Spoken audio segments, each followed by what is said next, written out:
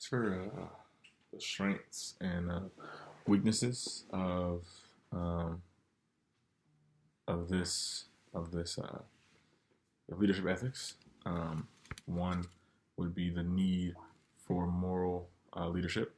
I think in the world today, and kind of something that the book mentions as well too, is that people are searching for leaders that are about what they say. I think it's all too often that every leader that comes up, the first thing, not the first thing, but eventually, if this leader has any kind of past or any kind of something about them that's not good, or that they don't practice what they preach, we are quick to point that out. Um, and I think that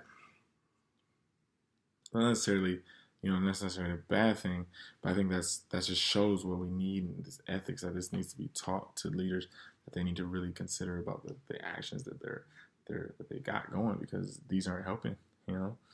Um, but at the same time, with everything else, as always, there's always some weaknesses to a theory. And I think with this theory, or as was mentioned in the book as well, is that it's still in the relatively new stages.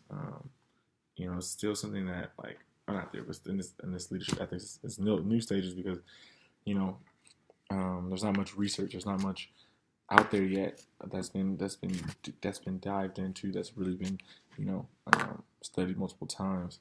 So it's kind of hard when it comes to saying, like, we kind of figure that part out.